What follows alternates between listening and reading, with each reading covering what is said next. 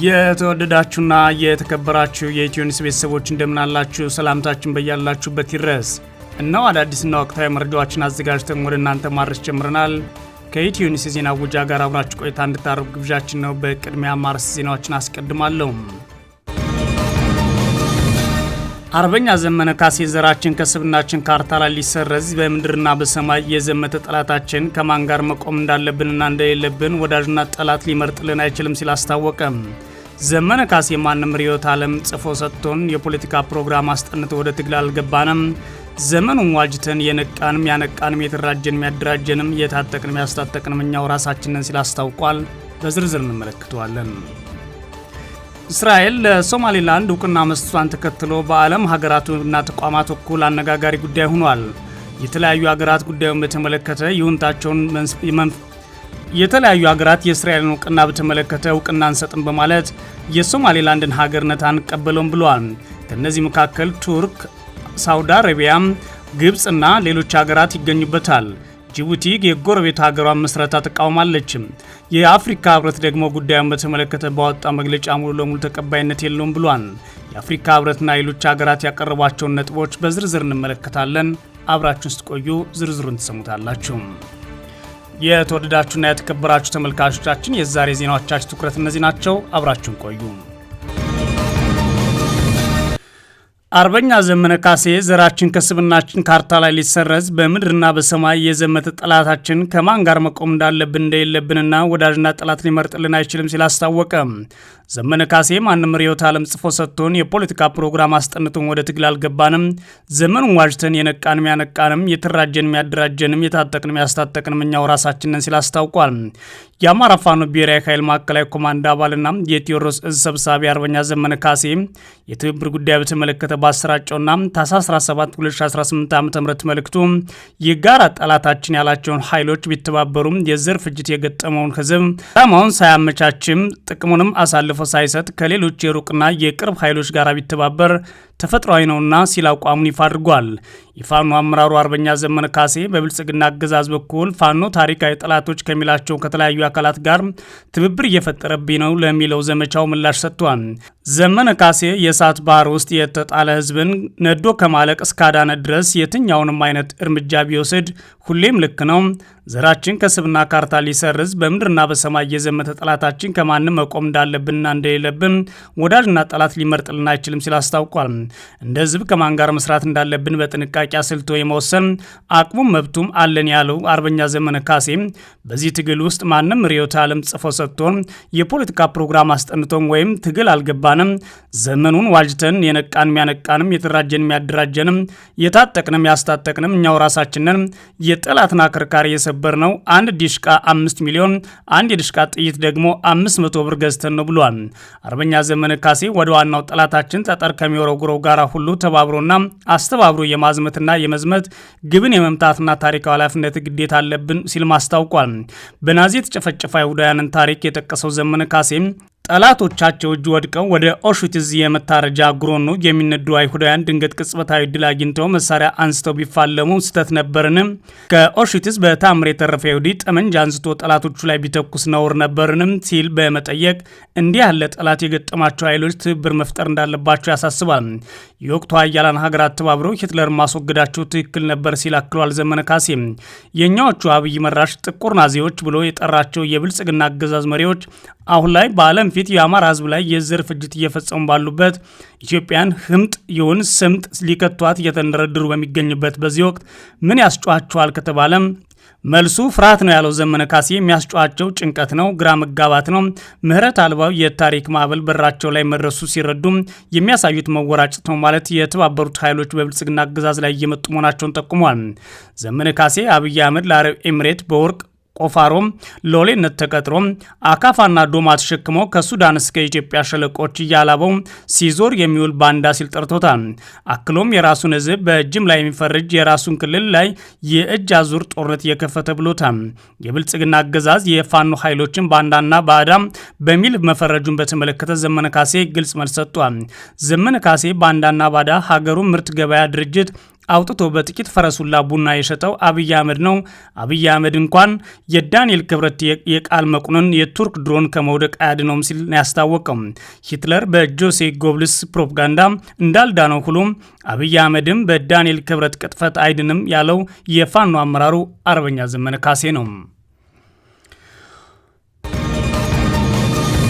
እስራኤል ለሶማሌላንድ የሰጠችው እውቅና አነጋጋሪ ሆኗል። የተለያዩ ሀገራትና ተቋማት እውቅናውን አንፈልገውም ወይም አንቀበልም ብለዋል።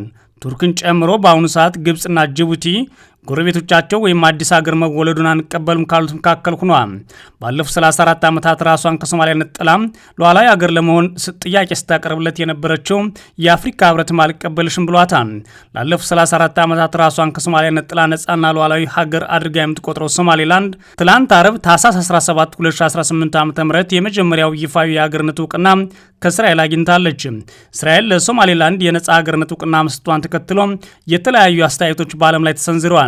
የእስራኤል ጠቅላይ ሚኒስትር ቤንያሚን ኔታንያሁ ከሶማሌላንድ ፕሬዚዳንት አብዱራህማን መሐመድ አብዱላሂ ጋር በሞባይል ስልክ የቪዲዮ መስመር እየተነጋገሩ እውቅና በሰጡበት ሰነድ ላይ ፊርማቸውን ሲያኖሩ ታይተዋል። ለሶማሌላንድ እውቅና በመስጠት ቀዳሚ ሀገር ትሆናለች በሚል ከዚህ ቀደም የአገሬው ሰዎች ተስፋቸውን የጣሉባት በኢትዮጵያ ላይ ነበር። ይህ ተስፋቸው ይበልጥ ጎልቶ የተስተዋለው ልክ እንዳሁኑ የዛሬ 2 ዓመት ታህሳስ ወር ላይ የቀድሞ የሶማሌላንድ ፕሬዚዳንት ሙሴ ቢሂ አብዲ ከጠቅላይ ሚኒስትር አብይ አህመድ ጋር የአጋርነትና የትብብር መግባቢያ ስምምነት ተፈራረሙ በኋላ ነበር። የመግባቢያ ስምምነቱ ተግባራዊ ሲሆን ኢትዮጵያ ለሶማሌላንድ እውቅና እንደምትሰጥ ፕሬዚዳንት ሙሴ ቢሂ በወቅቱ መናገራቸውን ለዚህ በማስረጃነት የተጠቀሰው የኢትዮጵያ ኢንሳይደር ነው። ባለፈው ዓመት ምርጫ አሸንፈው የሶማሌላንድን ፕሬዚዳንት መንበር የተረከቡት ፕሬዚዳንት አብዱራህማን መሐመድ አብዱላሂ ለመግባቢያ ስምምነቱ ድጋፋቸው ማሳየታቸውም ይታወቃል። ይሁን እንጂ የመግባቢያ ስምምነቱ በኢትዮጵያና በሶማሌላንድ የግዛቱ አካል አድርጋ በምትቆጥራት ሶማሊያ መካከል ዲፕሎማሲያዊ ውጥረት ማስከተሉ የእውቅና ተስፋው እንዲደበዝዝ ምክንያት ሆኗል።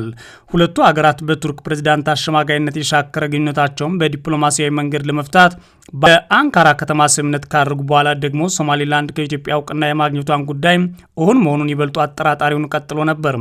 ከኢትዮጵያ ይልቅ አሜሪካ ለሶማሌላንድ እውቅና በመስጠት ቀዳሚው ሀገር ትሆናለች የሚለው ተስፋ ከጊዜ ወደ ጊዜ ጠንከር ብሎ መደመጡም የቀጠለው ትራምፕ ድጋሚ ስልጣን መያዛቸውና የተለያዩ በዓለም አቀፍ ባለሙያዎችና ዲፕሎማቶች በጉዳዩ ላይ አስተያየት መስጠታቸውን ተከትሎ ነው።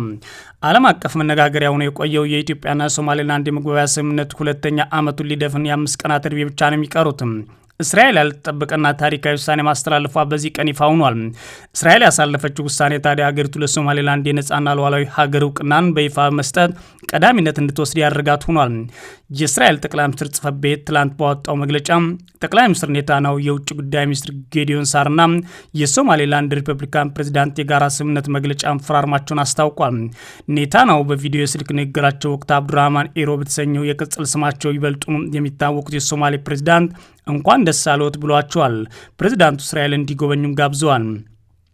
እስራኤል በግብርና፣ በጤና፣ በቴክኖሎጂና በኢኮኖሚ መስኮች ሰፊ ትብብር ማድረግ ከሶማሌላንድ ሪፐብሊክ ጋር ያላትን ግንኙነት በፍጥነት የማሳደግ እቅድ አላት ብለዋል ኔታንያሁና የሶማሌው ፕሬዚዳንት ሙሉ ዲፕሎማሲያዊ ግንኙነቶች ለመፍጠር የሚያስችል ስምምነት መፈረማቸውን የገለጹት የእስራኤል ውጭ ጉዳይ ሚኒስትር ጌዲዮን ሳር ይህ የአምባሳደሮች ሹመትና ኤምባሲዎች መክፈት እንደሚያካትት አስታውቋል። የሁለቱ ሀገራት ግንኙነት በተለያዩ መስኮች ተቋማዊ ለማድረግ ሚኒስቴር መስሪያ ቤቱ አፋጣኝ እርምጃ እንደሚወስድ አዝዣለሁ ሲሉም ውጭ ጉዳይ ሚኒስትሩ በይፋ ኤክስ ገጻቸው ላይ አስፍረዋል። የሶማሌላንድ ፕሬዚዳንት አብዱራህማን ኢሮም የእስራኤል ጠቅላይ ሚኒስትር ለሶማሌላንድ ሪፐብሊክ እውቅና መስጠታቸው ታሪካዊ ነው ካሉ በኋላ ሶማሌላንድ የአብርሃም ስምምነትን ለመቀላቀል ዝግጁ መሆኗን አረጋግጠዋል። ይህ እርምጃ የጋራ ጥቅሞች የሚያጎለብት፣ ቀጣይ ሰላምና ጸጥታን የሚያጠናክር፣ ለሁሉም ባለድርሻ አካላት የጋራ ተጠቃሚነት የሚያጎናጽፍ ስትራቴጂካዊ አጋርነት የተጀመረበት ነው ሲሉ አሞካሽተውታል።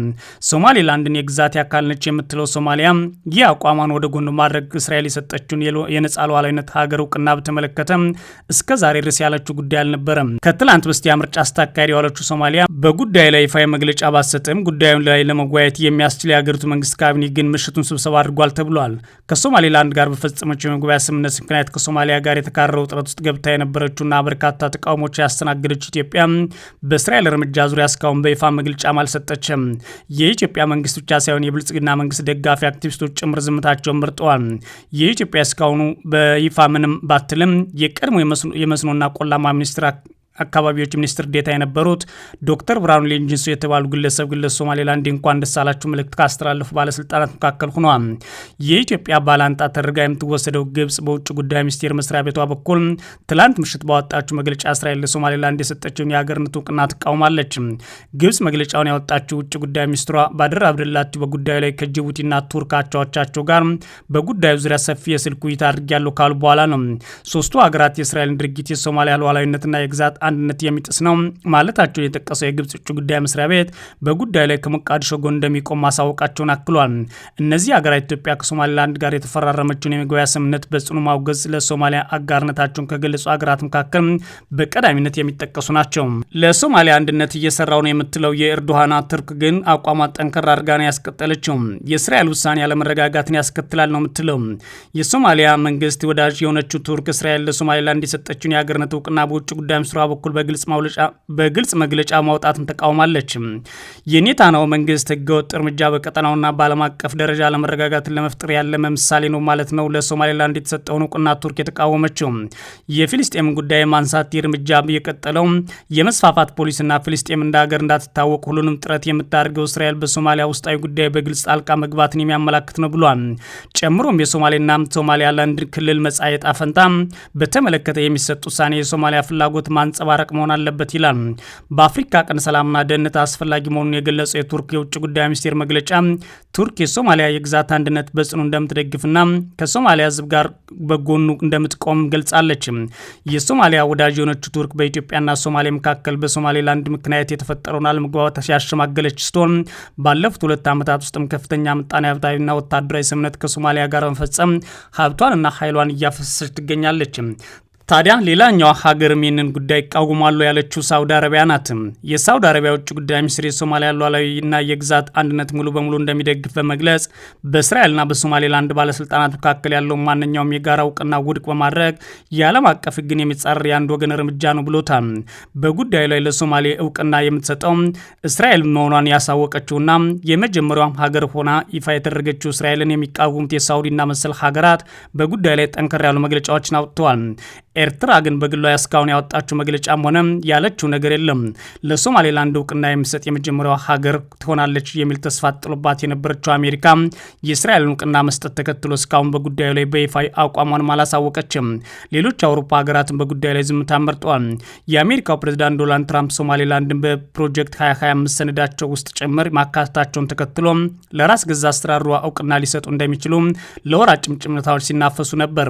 ምንም እንኳ እውቅና ለመስጠት በአሜሪካ በኩል እስካሁን ምንም አይነት ይፋዊ እርምጃ ባይወሰድም ሴናተር ቴድ ክሩዝን ጨምሮ በሪፐብሊካን ፓርቲ ውስጥ ያሉ ታዋቂዎች ለሶማሌላንድ እውቅና እንዲሰጥ ሲወተውቱ ነበር።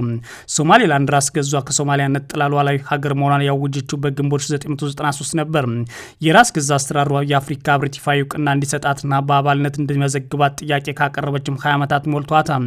ይህ ጥያቄ ካቀረበች ከ2 አስርተ ዓመታት በኋላ አጥብቃ ስትሻ የነበረው ይፋዊ የሀገርነት እውቅና ከአፍሪካም ሆነ ከአሜሪካ ሳይሆን ከመካከለኛው ምስራቅ ተችሯታል።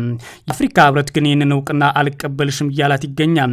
የአፍሪካ ህብረት ኮሚሽን ሊቀመንበር ማህሙድ አሊ የሲፍ ሶማሌላንድ እንደ ገለልተኛ ሀገር እውቅና ለመስጠት የሚደረገው ማንኛውም እንቅስቃሴ ውድቅ ማድረጋቸውና ህብረቱ ለሶማሊያ አንድነትና ሉዓላዊነት ያለውን ጽኑ ቁርጠኝነት በድጋሚ ያረጋግጣሉ ሲሉ መግለጫ አውጥተዋል። ከሶማሌላንድ ጋር በተያያዘ የቅርብ ጊዜ ክስተቶች ላይ በሰጡት መግለጫ የሱፍ እንደተናገሩት የአፍሪካ ህብረት በውህደት ስምምነቱ መርሆች ላይ የተመሰረተ ረጅም ጊዜ እያስቆጠረና ወጥ የሆነ አቋሙን በማያሻማ ሁኔታ በድጋሚ ያረጋግጣሉ ብለዋል። ሊቀመንበሩ አክሎም የህብረቱ አቋም በተለይም የአፍሪካ አንድነት ድርጅት የአፍሪካ ህብረት እንደ አውሮፓውያን አቆጣጠር በ1964 ባሳለፈው ውሳኔ መሰረት ከነጻነት በኋላ የተወረሱ ድንበሮች የማይደፈሩ መሆናቸውን በማክበር ላይ የተመሰረተ መሆኑን ይገልጻል።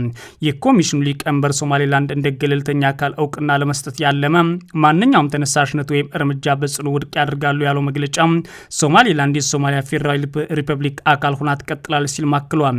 ሊቀመንበሩ የሶማሊያ አንድነት ሉዓላዊነትና የግዛት አንድነት ለማዳከም የሚደረግ ማንኛውም ሙከራ ከአፍሪካ ህብረት መሰረታዊ መርሆች ይቃረናል ባይ ናቸው። በተጨማሪም እንዲህ ያሉ እርምጃዎች በአህጉሪቱ ሰላምና መረጋጋት ከፍተኛ ተጽዕኖ የሚያሳድር አደገኛ ራያነት የመፍጠር አደጋ አላቸውም ሲሉ መናገራቸው ተዘግቧል። የተወደዳችሁና የተከበራችሁ የኢትዮ ኒውስ ቤተሰቦች መረጃዎቻችን እንደዚህ ነበሩ። መልካም ጊዜ እመኛለሁ።